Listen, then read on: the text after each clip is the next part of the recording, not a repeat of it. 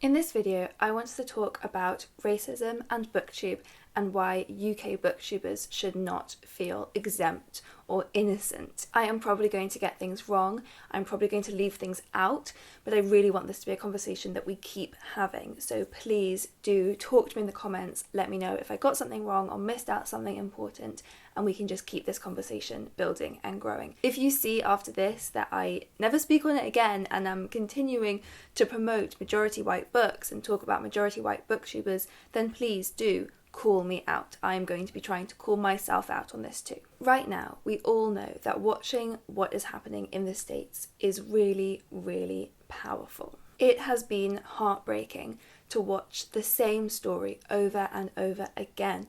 The killings of George Floyd, Breonna Taylor, Dominique Clayton, Tamir Rice, Eric Garner, the list goes on. These are people whose lives mattered, but they were treated by the police who are in theory supposed to be there to protect us. Let's not get started on my feelings on police because that's a whole different video. They were treated by the police as if their lives mattered less than property or possessions. And we here in the UK can look over and we can say that our hearts are with you and we stand with you, but we also have to turn the mirror on ourselves because we are not innocent, not by a long way. We can't stand here saying Black Lives Matter unless we do the work to make damn sure that they do in this country as well.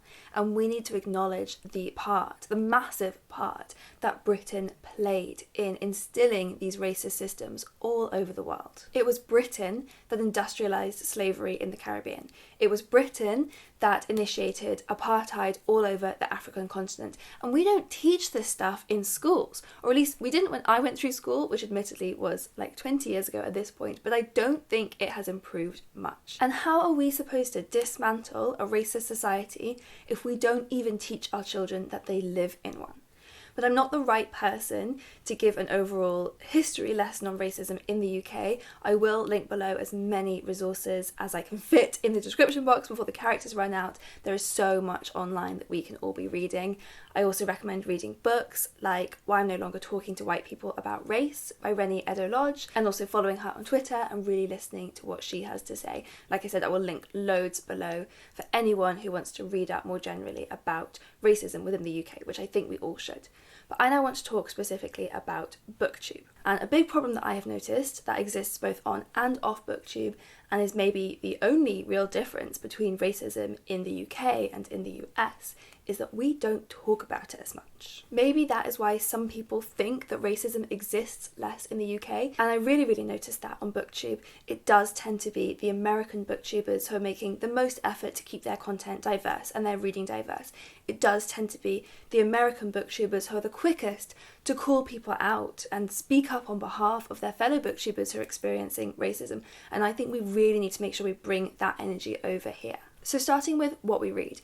If you want to make change, it is not enough to simply join in with reading the popular books by Black authors and authors of colour.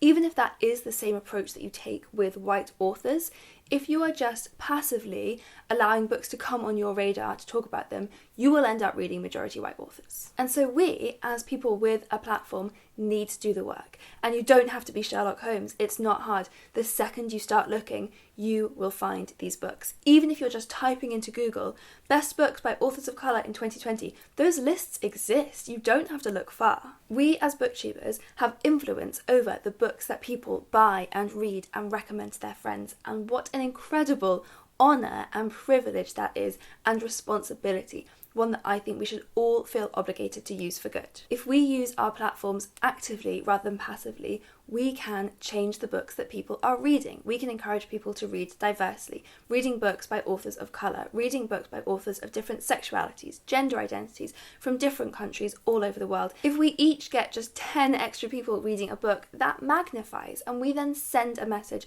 back to the publishers, back to the agents, back to the writers who gave up on their dream of being published because they never saw any authors who looked like them being celebrated. We can break the cycle. And we can do the exact same thing with the booktubers that we choose to watch. So maybe you don't watch that many videos by creators of colour because they don't come up in your recommendations. Well, that makes sense because YouTube, that's based on an algorithm. It's just recommending you videos based on what you've already watched. You need to go there and actively seek out Black creators, creators of colour, and send that message back to the algorithm that you want to see more of their content. Because how shallow and one-sided is our BookTube experience and our reading experience if we are only listening to the same voices recommend us books and then only reading books that reflect those same people's experiences? I love reading because it allows me to live 1,000 different lives and understand different people's experiences. But at the moment, I am limiting myself so much as to what those experiences are. And then the final change I would like to see on BookTube that I want to talk about now is, I mentioned earlier about calling people out when you see harmful things. And what I want to say on that is, that cannot stop with strangers on the internet. We have to call out our friends. And that cannot stop with our friends. We have to call out ourselves. I think that the downside of, to use a divisive phrase, of cancel culture is that it allows us to put us in a good guy box. This person did or said something harmful which I would never do, and therefore I'm distancing myself from them.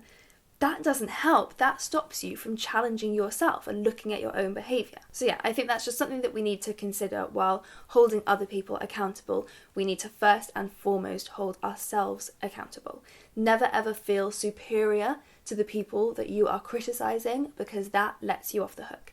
And the moment we let ourselves off the hook, we stop changing, we stop growing. So, like I said, I want to really start holding myself accountable. I'm going to start really tracking and analysing what I read, the content that I consume, the booktubers that I promote, the freelancers that I support, where I donate my ad money. I think at the end of the year, I will make some kind of transparency document so that anyone who wants to can have a look and see where my failings were, because I don't want to be hiding away behind this mask of, oh, I'm trying and I'm growing.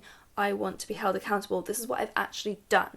This is what I haven't done. This is what I need to do better. And I just wanted to finish on some real world actions that we can all start taking straight away. So the first thing is, write to your MP. This is really impactful. It doesn't cost you anything.